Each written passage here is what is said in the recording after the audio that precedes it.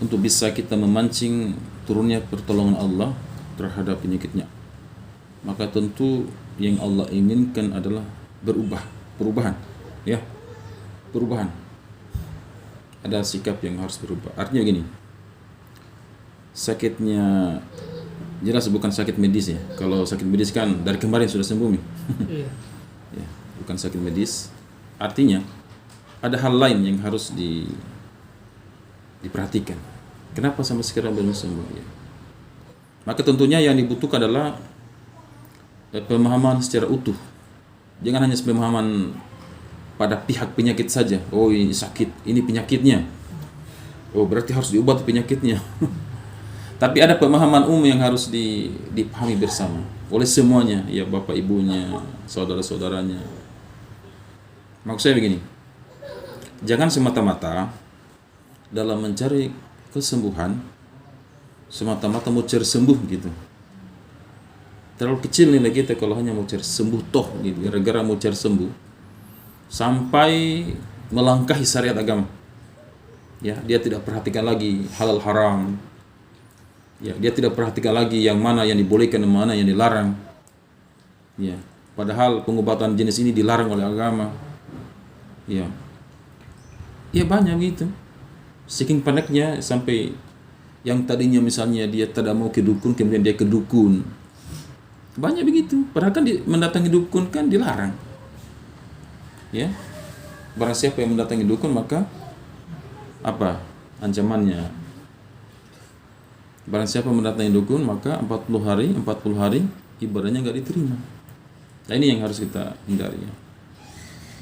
Jadi ya, sama juga dengan ini di bawah sana. Saking pengen sembuh itu sampai dia minum kencingnya sendiri. Ya padahal kan kencing kan najis kan? Najis. Kalau kencing kambing mungkin boleh ya. Kencing kambing boleh diminum. Karena kencing kambing, karena kambing itu dagingnya halal dimakan. Jadi kalau halal dimakan maka kencing dan kotorannya bukan najis, hanya kotor aja, kotor saja. Bahkan Nabi pernah dilemparkan kotoran unta saat sholat dan Nabi tidak membatalkan sholatnya. Itu menunjukkan kotoran unta bukan najis. Artinya unta bisa dimakan sehingga kotorannya bukan najis, hanya kotor saja. Ya kayak debu, kayak tanah gitu ya. Ini yang dipegang oleh mazhab ya Imam Ahmad dan lainnya. Kalau mazhab Syafi'i memang dinajiskan ya. Kalau dalam mazhab Syafi'i, termasuk di pelajar agama dulu mungkin kita pelajari tai ayam itu najis ya. Itu. Tapi kalau dalam pelajaran perbandingan mazhab itu dalam mazhab Ahmad, tai ayam, tai kambing, tai sapi itu bukan najis tapi hanya kotor. Yang najis itu adalah yang haram dimakan juga seperti anjing, kucing. Ya, apalagi anjing, tikus, ya, harimau, ya, singa, ya, tapi enggak ada singa di sini. Ya. Dalam hal mencari kesembuhan, jadikan itu penyakit, ya, semacam ladang pahala, ya, termasuk bapak ibunya, jadikan penyakitnya anak kita, ladang pahala buat kita, ladang pengugur dosa-dosa kita. Karena seringkali, ingat ya, seringkali sakitnya dosa dari orang tua seringkali diuji dengan sakitnya anak. Ya. Seringkali dosa orang tua diuji dengan sakitnya anak dan sebaliknya, seringkali dosa anak diuji dengan sakitnya orang tua. Gitu ya. Ini harus dipahami nih. Sehingga semua nikmati jadi proses pengguguran dosa-dosa. Pahami nih. Pahami. Sibuklah, mari sibuk urus anak. Ini saya bicara sisi orang tua dulu ya. Kenapa anak saya sakit tidak sembuh gitu kan? Ya sudahlah, kita sibuk urus anak kita karena memang ya seperti yang saya jelaskan tadi, Allah menurunkan penyakit sama anak. Yang sibuk kan orang tua juga.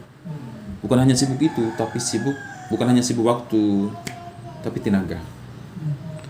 Bukan hanya tenaga, tapi harta. Kan gitu.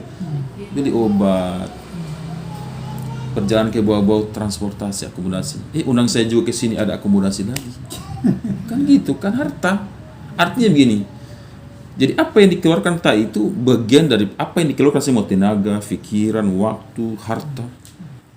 Maka jadikan ini semua itu ladang-ladang amal, ladang pahala, ladang pengguguran dosa-dosa. Kan gitu. Itu ditanamkan itu ya. Askan kembali. Sibuk urus anak yang sakit, rawat anak yang sakit. Sekarang merenung, ya Allah, dosa apa yang saya lakukan dulu? Kenapa saya sibuk sekarang dengan anak yang sakit? Dosa-dosa di masa lalu, di masa muda, di masa bujang, di masa gadis, di masa ini, semua kembalikan.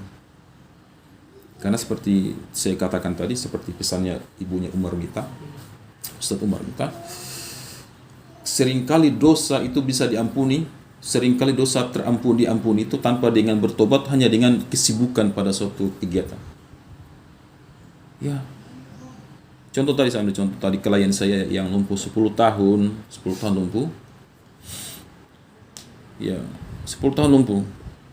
Kesibukan dia urus dirinya 10 tahun. Kemudian ibunya dia urus anaknya.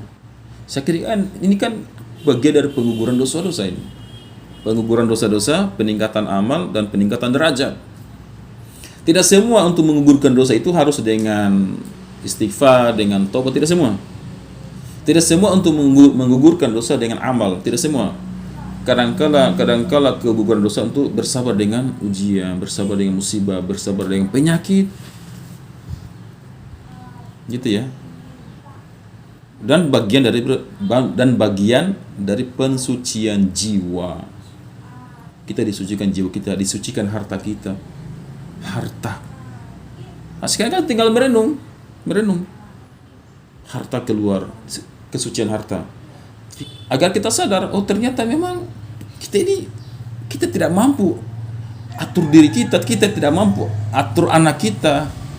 Mau bikin anak supaya begini, kita tidak mampu, kan begitu. Itu menunjukkan memang kita lemah, hanya Allah yang Maha Kuasa. Ya itu difahami ya. Anak kita memang dari ya hasil perkawinan orang tua bapak ibu kemudian menghasilkan anak kita memang. Tetapi kan anak ini hanya titipan. Tapi miliknya Allah gitu loh. Bukan milik kita. Kita hanya diberi titipan untuk merawat, untuk menjaga.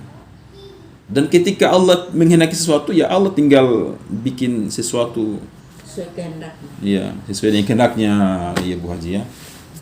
Ya. Nah, ini sekiranya kita semua sudah tahu ini ya. Tapi maksud saya, di sini kita ulangi lagi untuk menyegarkan kita punya pikiran, menyegarkan kita punya hati.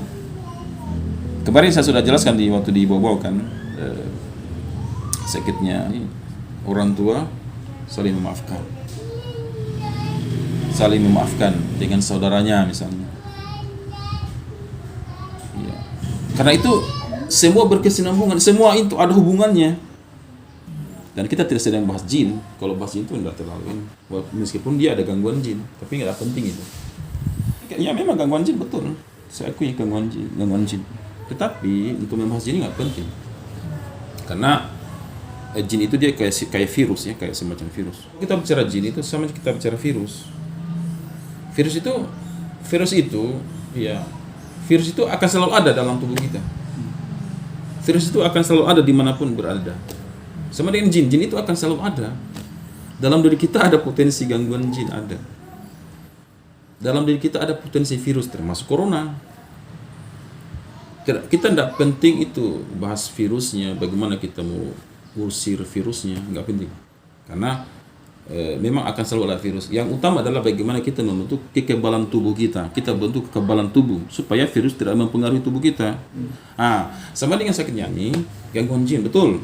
Tetapi tidak penting kita mau bahas jinnya, jenis jin laki-laki kah, jin perempuan, nggak penting. Yang paling penting dibentuk karakternya supaya dia kuat hatinya, kuat jiwanya, kuat amalnya, kuat batinnya, kuat tauhidnya, kuat imannya, itu kuat amalnya. Kemudian dia move on dengan hal-hal yang menyedihkan dalam dirinya. Itu yang kita harus. Sehingga nanti kalau kebal tubuhnya, virusnya tidak berpengaruh. Kalau kebal hatinya, kebal imannya, kebal jiwanya, jinnya nggak mempengaruhi tubuhnya. Bahkan jinnya akan pergi sendiri. Capek bisa tinggal tubuhnya. Dia sudah kuat nih orangnya. Biar kita bujuk-bujuk, tapi dia masih bangun juga sholat subuh misalnya itu. Biar kita sudah rayu-rayu supaya dia marah sama mamanya, tapi sekarang sudah tidak marah nih sama mamanya. Dia sayang mamanya, dia sayang bapaknya. Biar kita sudah mau kita apa namanya, kita kembalikan memori masa sedihnya dengan kakaknya, kita bujuk-bujuk supaya dia jengkel kakaknya, tapi sudah tidak jengkel lagi kakaknya, akhirnya jinnya sudah pergi lari, malas dia tinggal di tubuhnya.